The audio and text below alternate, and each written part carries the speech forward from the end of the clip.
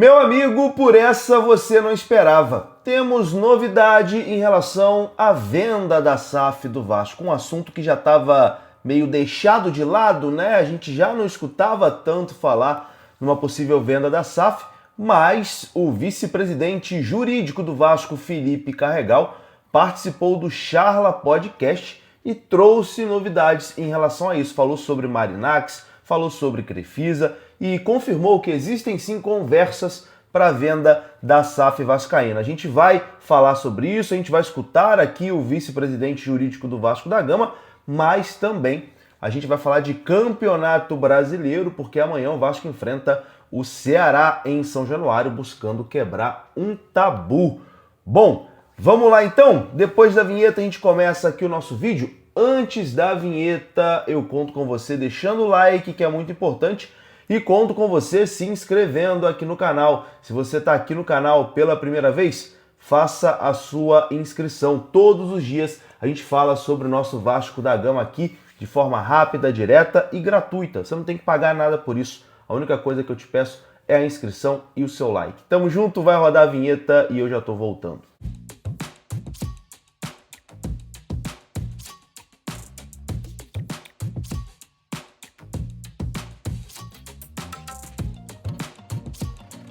Bora lá então, meus amigos, começando aqui mais um vídeo. Vamos naquele pique, hein? Direto para os assuntos, sem enrolação. Vamos falar de Vasco da Gama. O Vasco joga amanhã contra a equipe do Ceará em São Januário. O jogo que pode ter a estreia de Carlos Cuesta, né? O zagueiro Carlos Cuesta, recém-contratado, está na lista de relacionados. Robert Renan com grandes chances de ser titular. Puma Rodrigues deve fazer a lateral esquerda amanhã, já que Lucas Piton não será relacionado para esse jogo, saiu machucado do jogo contra o Botafogo. Enfim, o Vasco enfrenta amanhã o Ceará em São Januário, buscando quebrar um tabu. O Vasco conseguiu um passo importante, né, no planejamento da temporada, se classificando para a semifinal da Copa do Brasil, mas precisa urgentemente virar a chave para reverter a situação complicada no Campeonato Brasileiro e quebrar um tabu que está incomodando bastante, né? A equipe comandada por Fernando Diniz não vence em São Januário desde o dia 17 de maio, quando bateu o Fortaleza por 3-0. Esse foi o único triunfo, né, do treinador Fernando Diniz como mandante no Campeonato Brasileiro. Desde então, já são 4 meses sem vitórias em São Januário pelo Campeonato Brasileiro. 2 derrotas e 2 empates nesse período. Essa é a segunda pior campanha do Vasco como mandante na era dos pontos corridos, só está à frente de 2015, que foi aquele horror, né? Em São Januário, o Vasco tem 3 vitórias, 3 empates e 4 derrotas. O Vasco só conseguiu vencer Santos, Sport e Fortaleza no seu estádio. Agora tem que quebrar esse tabu amanhã contra o Ceará.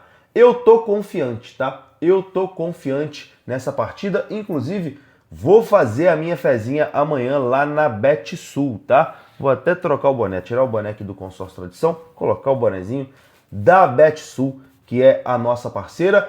Você pode fazer também a sua fezinha nesse jogo lá na BetSul. Tem o link aqui no comentário fixo desse vídeo. A gente pegou aquela super odd no jogo contra o Botafogo, né? Muita gente que acreditou na super odd, que é inscrito aqui do canal, entrou através do link e conseguiu colocar uma graninha no bolso lá na BetSul. E a super odd para esse jogo de amanhã tá aparecendo aí na sua tela, tá? É a odd para o Vasco marcar o primeiro gol na partida e para essa partida ter mais de 2 gols. Então é muito simples. O Vasco abriu 1-0 e a partida teve mais de 2 gols. Terminou 3-0 o Vasco, terminou 2-1.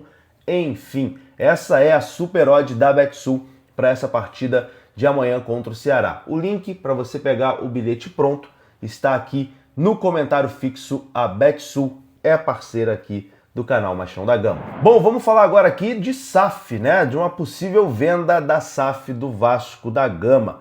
Em entrevista ao Charla Podcast, o vice-presidente jurídico do Vasco, Felipe Carregal, trouxe novidades importantes sobre o futuro do Vasco. O dirigente afirmou que o processo de venda da SAF segue em curso e que as tratativas com o investidor estão em andamento. Segundo Carregal, as conversas avançaram para uma fase de quantificação e troca de informações, o que indica que os detalhes financeiros e estruturais do possível acordo estão sendo analisados com profundidade. Confira o que ele disse lá no Charla Podcast. No momento se disse que tinha algum investidor adiantado. Mais avançado, né? Eu falei isso lá atrás. Mas às vezes continua. Não, em negociação. Continua avançado. Não, continua. Mas assim, é um processo, né? Não é da noite pro dia, mas assim, estamos avançando bem. Sim. E é isso. Assim, o presidente nunca comunicou o contrário. E o Pedrinho jamais faria isso com ninguém, muito menos com a torcida do Vasco. De falar uma coisa, defender uma coisa publicamente e por trás fazer outra. E assim, esse investidor teria que ser um investidor estrangeiro, necessariamente, ou não? A gente está observando o processo de SAF do Fluminense ao longo da semana.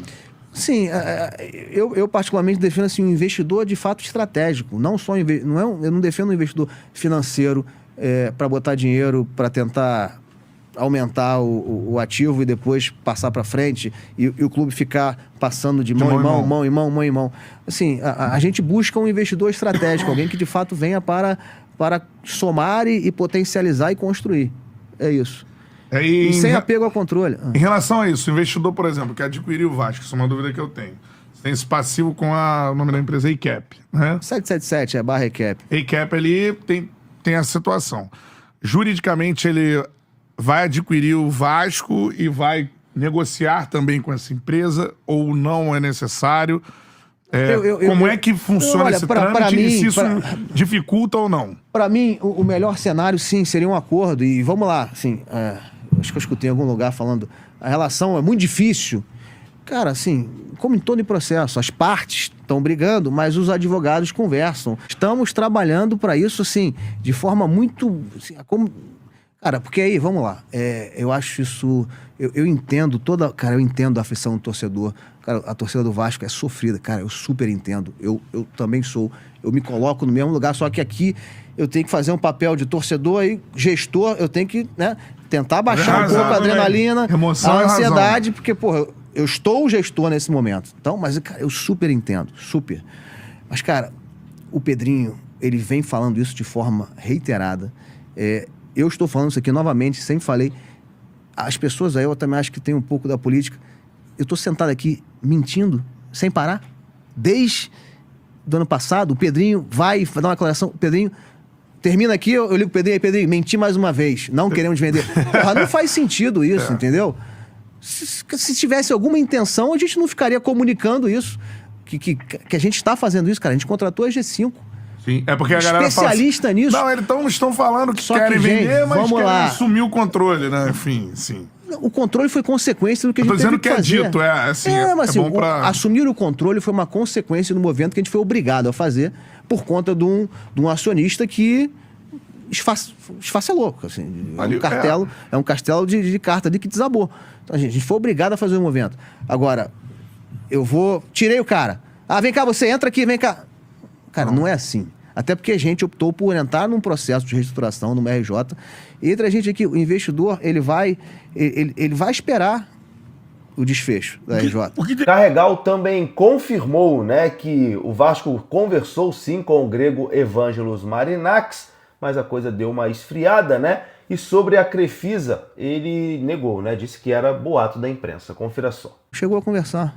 Antes do Marinax, existiu alguma coisa com... Mas eu sempre falei assim, conversou, mas eu entendo, é a minha opinião, que teve uma especulaçãozinha ali do São Paulo, até dele ali, ele estava ali, ele já estava negociando com o São Paulo, quando olhou pra gente, então assim, teve ali entendeu?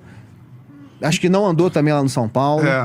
Nem contigo, e agora ele está sendo especulado no Botafogo de novo. Acho que. Um então, sócio assim, do técnico e tal. Teve sondagem, assim, normal, cara. Normal. Todo dia tem. Antes do Marinax, o que teve de verdade, se teve alguma verdade em relação quando a Crefisa ia desembarcar no Palmeiras, em algum momento foi uma possibilidade?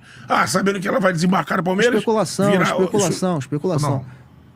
Tô perguntando aqui situações que Não, pairavam entre os torcedores do Vasco mesmo, né? Sim, mas é normal num ambiente desse de tensão, Ansiedade. de ansiedade. Cara, se você jogar uma coisa ali, não vai lamber.